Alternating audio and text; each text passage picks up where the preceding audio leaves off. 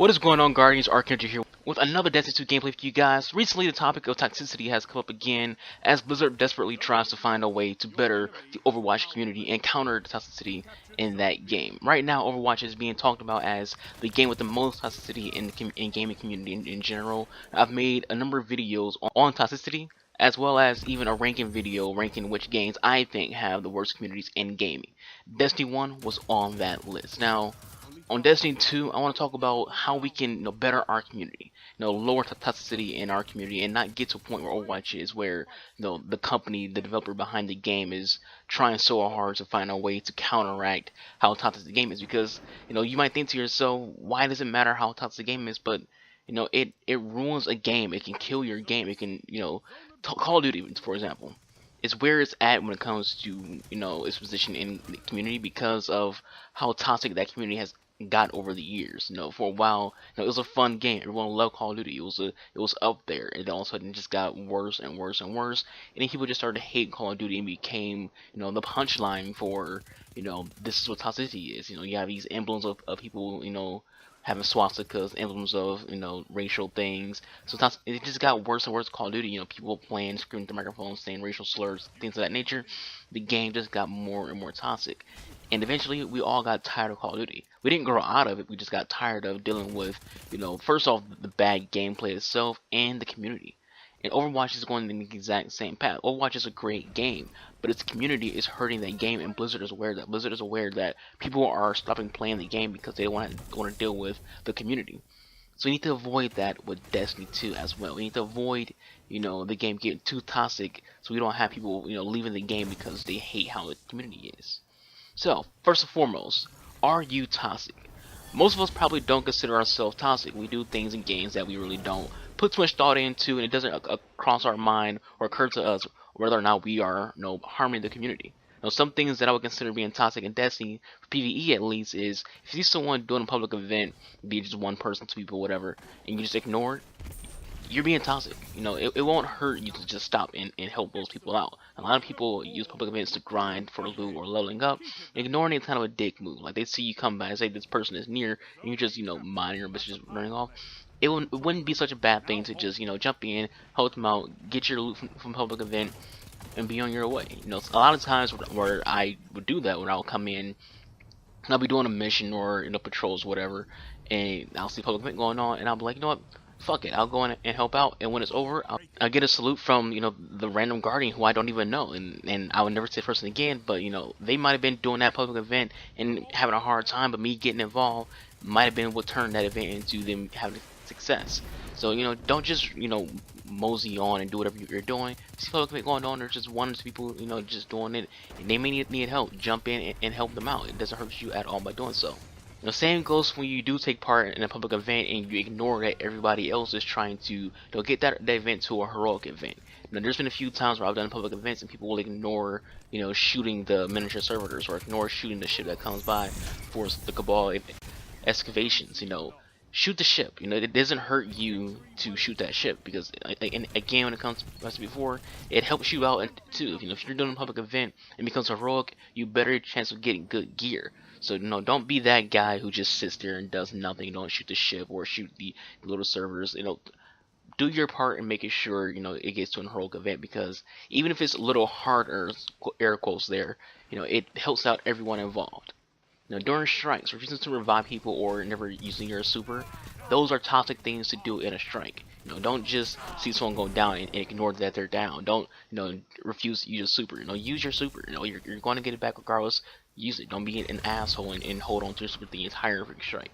Shooting a down guardian's ghost or teabagging that down guardian, that's toxic. To you might think you're being funny or hilarious, whatever, but you're being toxic. You're ruining the experience for other players. Another thing is having silly standards for raids. When you're posting on forums or using Gamer League or any kind of LFG app, you have like dumb restrictions for who can be invited to your raids. You're ruining the community because people are like, oh, I don't fit that standard, but I really want to do this raid.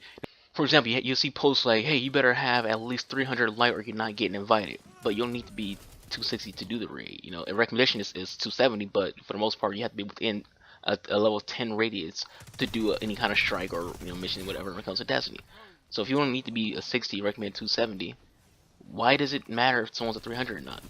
You know, some people there aren't 300 because they haven't done the raid yet. So you saying you have to be 300 due to the raid, you know, again, you're hurting the community. You know, if you're gonna be the nice guy, air quotes again, to say, hey, we're hosting a raid and we're inviting anybody. We got like 1 spot left or 2 spots left.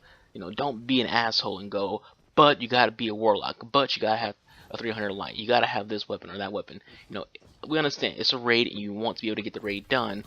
But, you know, sometimes, you know, some people are good with certain weapons. Sometimes it doesn't matter being 300. You know, just be cool and relax and say, hey, I'm hosting a raid. Like this weekend, I hosted a raid. I went on the little app and I said, hey, host a raid. Got 1 spot left. My only requirement is at least, you know how the mechanics work.